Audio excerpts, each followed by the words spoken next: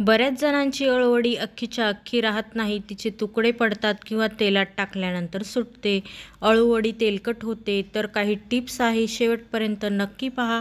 अशा खमंग आणि खुसखुशीत व भरपूर पदर सुटलेली अळूवडी बनवण्यासाठी आपण बघूया.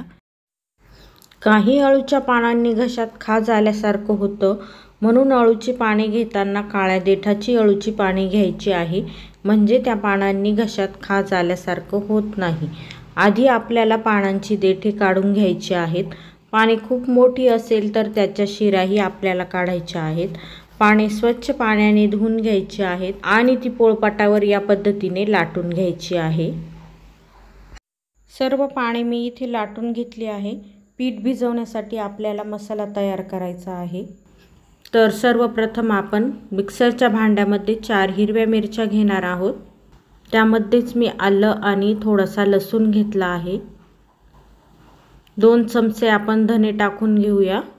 त्यातच अर्धा चमचा जिरे टाकणार आहोत आणि ते मिक्सरला बारीक करून घ्यायचं आहे. आणि एका भांड्यामध्ये मी 1 मोठी वाटी भरून बेसन पीठ घेतलं आहे.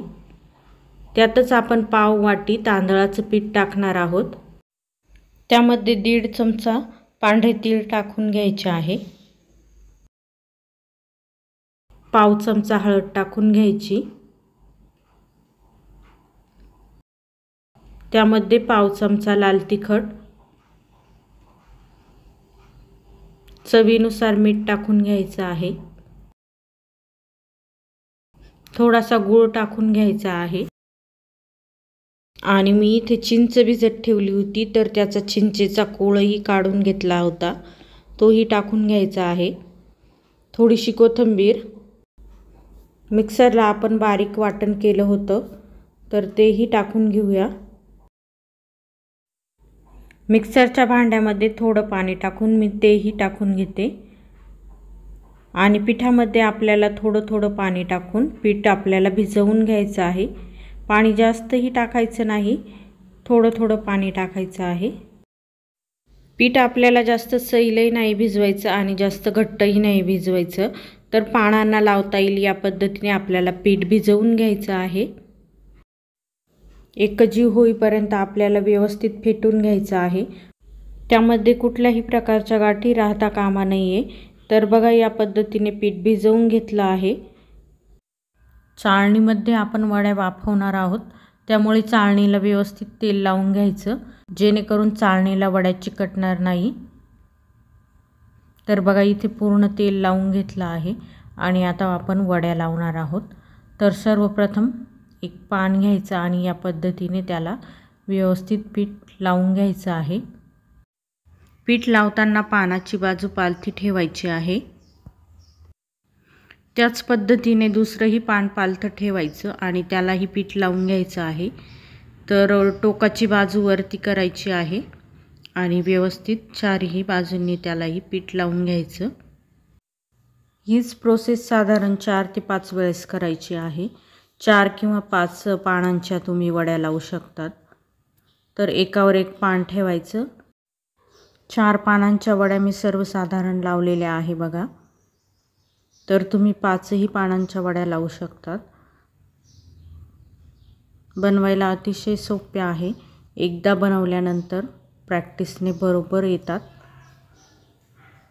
तर पानांना पीठ लावून झाल्यानंतर बघा, त्याची सर्व टोके व्यवस्थित दाबून द्यायची आहे प्रेस करून आणि या पद्धतीने रोल करून घ्यायचा आहे.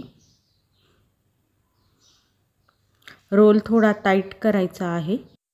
वड्या तेलात तळताना त्याचे पदर सुटणार नाही. तर बघा, या पद्धतीने आपली अळूवडी तयार होते. त्याच पद्धतीने सर्व रोल तयार करून घ्यायचे आहे.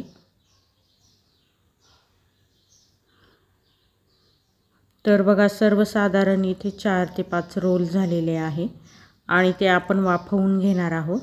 तर गॅसवरती मी इथे पाणी ठेवलं आहे कढईमध्ये आणि त्यावरती झाकण ठेवायचं.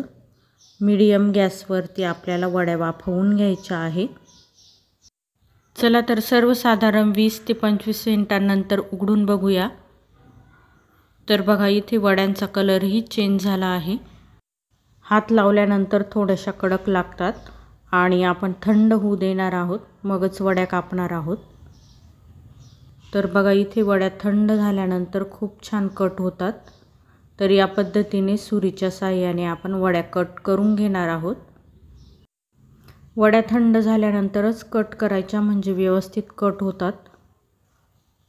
तर सर्व वड्या मी इथे कट करून घेत आहे। गॅसवरती कढई ठेवायची आणि तेल गरम करून घ्यायचं आहे व्यवस्थित। मी आधीच तेल तापवून घेतलं आहे आणि एक एक वडी आपण त्यामध्ये सोडणार आहोत। अळू वड्या इथे आपल्याला डीप फ्राय करायच्या आहे, तुम्ही शॅलो फ्राय केल्या तरी चालतील। सर्व वड्या टाकल्यानंतर आपल्याला गॅसची फ्लेम इथे कमी करायची आहे किंवा मीडियम करायची आहे। वड्या तेलात टाकल्यानंतर मिनिटभर तरी त्यांना हलवायचं नाही। सुरुवातीला वड्या नरम असतात, त्या तुटू शकतात। नंतर थोड्याशा कडक झाल्यानंतर झाऱ्याने उलटपलट करून तळून घ्यायच्या आहे। वड्या चांगल्या तांबूस रंगावर येईपर्यंत आपल्याला तळून घ्यायच्या आहे। वड्या चांगल्या तांबूस रंगावर येईपर्यंत आणि कुरकुरीत होईपर्यंत आपल्याला मस्त तळून घ्यायच्या आहे। तर बघा इथे वड्यांचा कलरही चेंज झाला आहे आणि मस्त वड्या तळल्या गेल्या आहेत।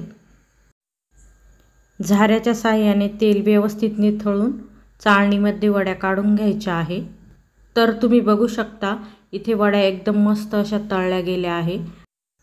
अजिबात वड्या तुटलेल्या नाही आणि भरपूर पदर सुटलेल्या कुरकुरीत खमंग अशा आळू वड्या आपल्या तयार आहे। त्याच पद्धतीने राहिलेल्या आळू वड्या बाकीच्या मी तळून घेत आहे। तुम्हाला ही रेसिपी कशी वाटली नक्की कमेंट करून सांगा। चॅनलला लाईक करा, शेअर करा, सबस्क्राईब करा। तर पुन्हा भेटूया अशाच नवनवीन व्हिडिओंसोबत। तोपर्यंत बाय बाय।